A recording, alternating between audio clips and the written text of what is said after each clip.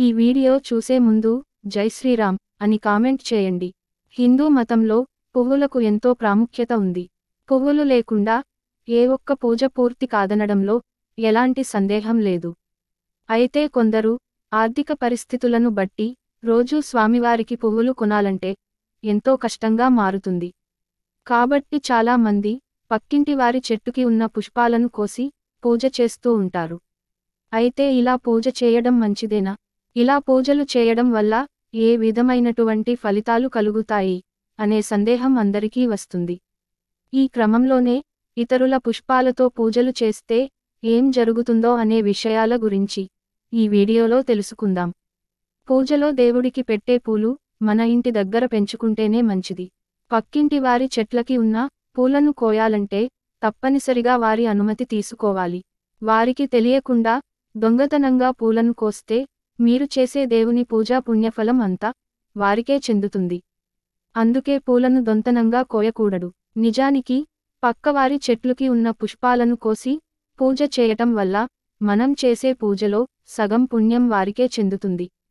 అందుకోసమే పూజకు మన పెరట్లో ఉన్నటువంటి పుష్పాలను మాత్రమే తీసుకోవాలని, అప్పుడే పూర్తి పుణ్యఫలం దక్కుతుందని పండితులు చెబుతున్నారు. దేవుడి పూజ కోసం వాడే పూలను పవిత్రంగా ఉండేలాగా చూసుకోవాలి. కింద పడిన పూలను అస్సలు వాడకూడదు. చెట్టు నుండి స్వయంగా కోసిన పూలని దేవుడి పూజ కోసం వాడుకోవాలి. పక్కింటి వాళ్ల పూలను దొంగతనంగా కోస్తే అడవిలో కోతిగా పుడతారని మన గరుడ పురాణం చెబుతోంది. అందుకే పూలను ఎట్టి పరిస్థితుల్లో కూడా దొంగతనంగా తీసుకురాకూడదు.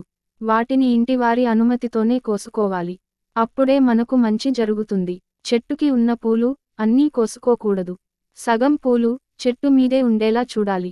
దేవుడి పూజకు ఉపయోగించే పూలు ఎలా పడితే అలా కోయకూడదని శాస్త్రాలు చెబుతున్నాయి. పూలు కోసే ముందు ఈ పూలు భగవంతుడి కోసం అని మనసులో ప్రార్థించి చెట్టుకు ఉన్న పూలు కోయాలి. పువ్వులను కర్రతో దులపకూడదు. చేత్తోనే కోయాలి. కోసిన పూలను కింద పెట్టకూడదు. అయితే కొన్ని పూలు పూజకు పనికిరావని గ్రంథాల్లో చెప్పబడింది. దేవుడికి ఏ పూలతో పూజ చేయకూడదు, అలానే ఎటువంటి పూలతో పూజ చేస్తే మంచి ఫలితాలు వస్తాయి అనే విషయాలు తెలుసుకుందాం. పూర్తిగా విచ్చని పూలు దేవుడి పూజకు పనికిరావు. దేవుని పూజకు మొగ్గలను వాడితే మీ ఇంట్లో ఉన్న చిన్న పిల్లలకు ఆరోగ్య లోపం ఏర్పడుతుంది. దేవునికి విడిపూలు కన్నా మాలగా కట్టిన పూలతో పూజ చేస్తేనే ప్రత్యేక ఫలితం లభిస్తుంది. నీళ్లతో కడిగిన పూలను పూజలో దేవుడికి పెట్టకూడదని పండితులు చెబుతున్నారు. అలాగే క్రింద పడిన పూలు కూడా దేవునికి అస్సలు పెట్టకూడదు. పారిజాత పూలు తప్ప ఏ పూలు కింద పడినవి దేవుని పూజలో వాడకూడదు.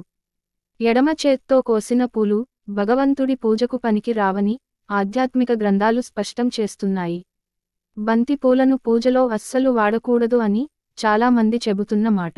దీనికి కారణం ఏంటంటే బంతిపూలు పురుగులను ఎక్కువగా ఆకర్షిస్తుంది. అందుకే దేవునికి బంతిపూలు పెడితే దేవునికి దగ్గరకు పురుగులు వస్తాయి అనే కారణంతో బంతిపూలు పూజకు ఉపయోగించరట. సాయంత్రం పూట మొక్కల నుండి పూలు కోయడం మానుకోవాలి. ఎందుకంటే సాయంత్రం సమయంలో మొక్కలు విశ్రాంతి తీసుకుంటాయి. స్నానం చేయకుండా చెట్టు నుండి పూలు కోయకూడదు. పూజకు పూలు కోసేటప్పుడు చెప్పులు ధరించకూడదు. పూజ చేసేటప్పుడు మధ్యవేలు, ఉంగరపు వేలుతో మాత్రమే దేవునికి పువ్వులను సమర్పించాలి. పువ్వులు క్రింది ముఖంగా ఉండకుండా చూసుకోవాలి. వాసన లేని పూలను, అదేవిధంగా ఘాటైన వాసన కలిగిన పూలను దేవుడికి అస్సలు సమర్పించకూడదట. ముళ్ళు కలిగిన పూలు, రెక్కలు తెగిన పూలు పూజకు అస్సలు వాడకూడదు.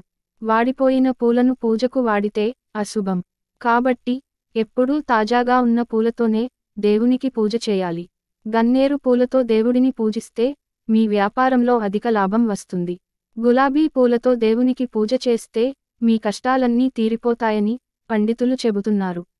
వాస్తు శాస్త్రం ప్రకారం మీ ఇంట్లో సంపద పెరగాలంటే లక్ష్మీదేవి ఆలయంలో వరుసగా 11 శుక్రవారాలు ఎర్ర గులాబీ పూలను సమర్పించండి.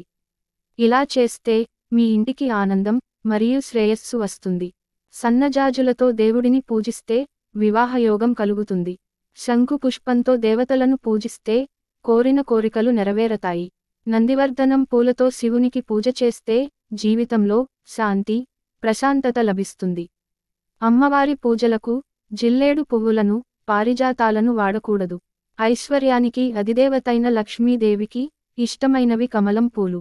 లక్ష్మీదేవిని కమలాలతో పూజిస్తే మీకు అష్టైశ్వర్యాలు చేకూరుతాయి. ఆర్థిక సమస్యలతో ఇబ్బంది పడుతున్న వారు శుక్రవారం రోజున తామర పువ్వులను లక్ష్మీదేవికి సమర్పించి పూజ చేయడం వల్ల లక్ష్మీదేవి అనుగ్రహం పొంది సంపద లభిస్తుంది. అలాగే లక్ష్మీదేవికి 5 శుక్రవారాలు తామర పువ్వును సమర్పిస్తే అప్పుల బాధలు తొలగి ధన ప్రవాహం పెరుగుతుంది. శంకు పుష్పం దేవతల పుష్పంగా పేరు గడించింది. ఈ పూలను దేవతల పువ్వుగా భావిస్తారు. శంకు పుష్పంతో దేవతలను పూజిస్తే కోరిన కోరికలు నెరవేరతాయి. హనుమంతుడికి మల్లెపూలంటే చాలా ఇష్టం.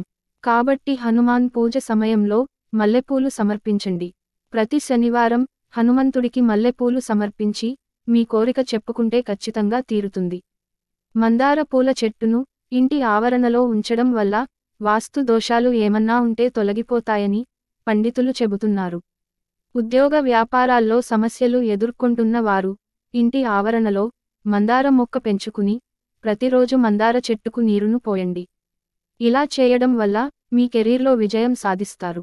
108 మందార పువ్వులతో అమ్మవారిని పూజిస్తే ఎలాంటి కోరికైనా వెంటనే తీరుతుందట. ఎర్ర మందార, గన్నేరు పూలు వినాయకుడికి చాలా ఇష్టం. ఈ పూలు పాజిటివిటీని పెంచుతాయి. వినాయకుడికి ఈ పూలతో పూజ చేస్తే మీ కష్టాలు తీరుతాయి.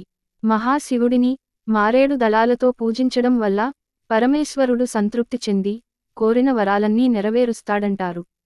తులసి తప్ప మిగిలినవన్నీ వినాయకుడికి సమర్పించవచ్చు.